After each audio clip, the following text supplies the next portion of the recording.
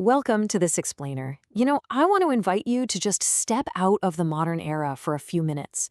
Leave behind the quiet, comforting hum of your modern appliances, and let's step directly into the soot, the blinding steam, and the sheer physical struggle of everyday 19th century domestic life. We're going to explore the lived experiences of ordinary people. So we aren't looking at wars or rulers today. Instead, we're looking at the grueling, heavily regimented weekly cycle that completely governed their lives. We're looking at wash day. Okay, let's dive into this by looking at a diary entry from a woman named Rachel Haskell. Writing back in 1867, she recorded laundry simply as the great domestic dread of the household. This wasn't just a basic chore, it was a deeply, profoundly dreaded event. And this primary source instantly grounds us in the massive psychological and physical weight of wash day. Women across the board absolutely hated this day. In fact, it was universally known as Blue Monday, a day completely defined by backbreaking manual labor that dominated the entire household calendar. So, this brings us to a rather profound historical question. What did it actually take to achieve cleanliness before the flick of a switch? Our modern assumptions about hygiene often totally ignore the immense human cost required to maintain it in the past. To truly understand this era, we have to reconstruct the sensory reality of a 19th century laundry cycle. We need to move beyond just looking at what people did and really understand the massive constraints that shaped their everyday existence. To begin answering that, consider the number 400. That represents the pounds of water, roughly 50 gallons, that ordinary women had to manually haul from a well or a pump, heat over an open fire, and physically lift just to begin a single family wash. I mean, just imagine the sheer muscle strength required before a single piece of clothing was even cleaned. Now, what's really interesting about this slide is how it breaks down what cleanliness actually demanded. It wasn't a matter of pushing a button and walking away. It was an exhausting, multi-day sequence. The sheer physical labor was divided into these distinct, demanding phases. You had soaking or bucking, then boiling and scrubbing, rinsing, mangling and starching, and finally ironing. The sheer volume of manual exertion required across these 5 steps practically consumed the entire beginning of the week. Let's start with that initial stage, known as bucking. This was an atmospheric, heavily foul-smelling process. Linens were placed in a massive tub, often with a cloth spread over the top. Boiling alkaline water, heavily infused with ashes, was continuously poured over the laundry, allowed to drain out the bottom, reheated, and then poured over again. This endless cycle of pouring hot alkaline water could go on for 15 to 18 hours, literally just to dissolve grease and loosen the dirt. And what were they cleaning with? Well, the chemistry of early cleaning is actually fascinating. Households would leach soluble potassium carbonate from hearth ashes by running water through them. Then they'd boil this highly caustic amber liquid in cast iron cauldrons with butchered tallow, which is rendered animal fat, to create a dark, semi-solid substance known as black soap. Even when commercial bar soaps arrived later on, they still retained unsaponified alkali that caused raw, blistered chemical burns on the hands of the washerwomen. But soap wasn't the only chemical agent they had on hand. Looking at this with the impartial eye of a historian, we find they heavily utilized what was called chamber lye. Now, this was stale human urine collected from bedroom chamber pots. It definitely sounds unsettling to our modern sensibilities, for sure, but this practice actually dates all the way back to ancient Roman fullers, who used to stomp clothes in vats of urine.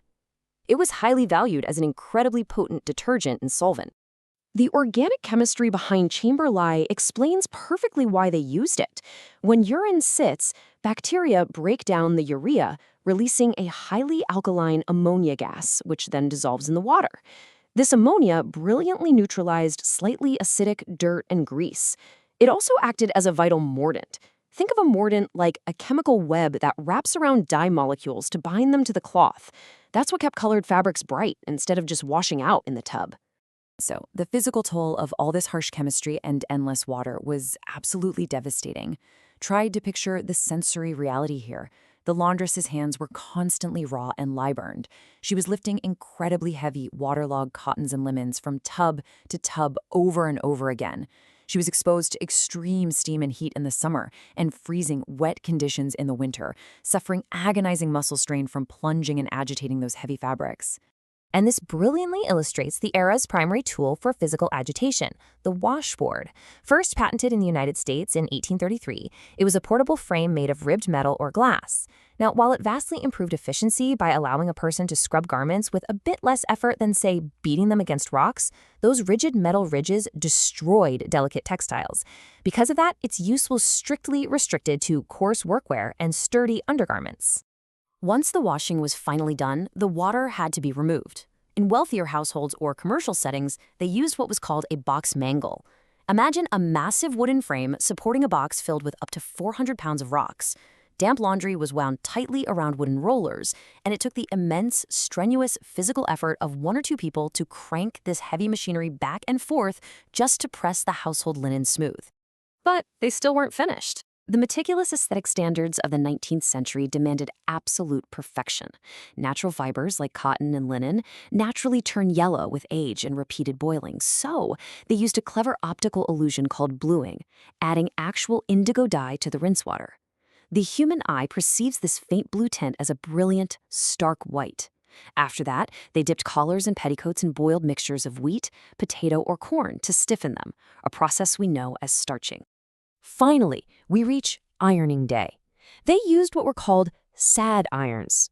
Now, in Victorian English, sad simply meant heavy. These were solid, heavy blocks of metal heated directly on a blistering hot stove.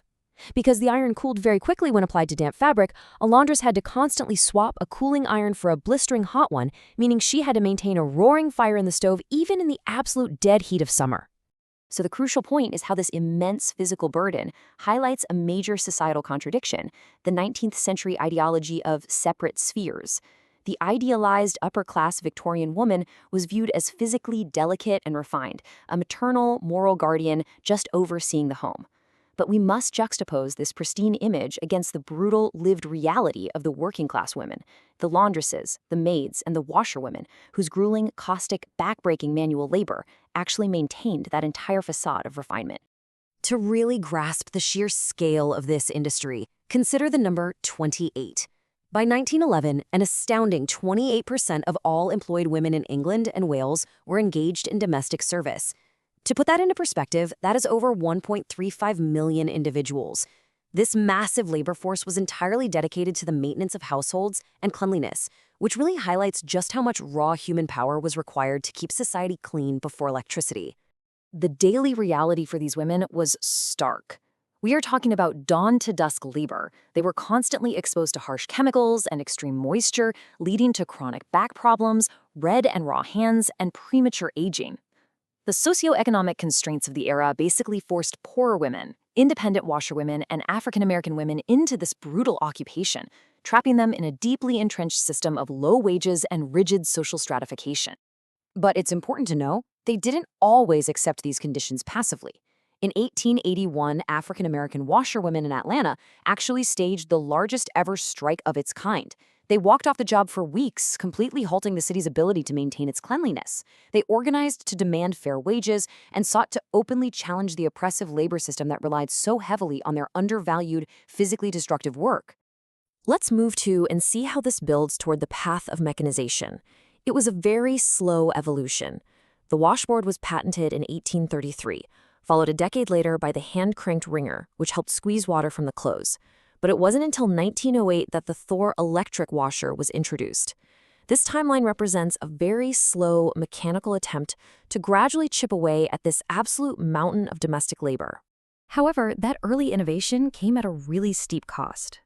Back in the 1890s, hand-cranked washing machines cost anywhere between $2.75 and $35.00. Compare that to a basic washboard, which was just 6 cents. So these early machines were a massive financial investment. And yet, the housewife or servant still had to haul and boil the water, soap the clothes, and manually crank the machine. For the average family, this early technology failed to significantly ease the burden. As we wrap up this explainer, I want to leave you with a final thought.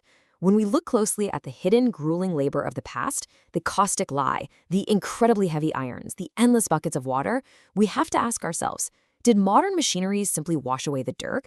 Or did it finally wash away the rigid social hierarchies built upon women's work? The true history of everyday life shows us that technology changes not just how we clean, but who we are. Thanks for exploring the past with me.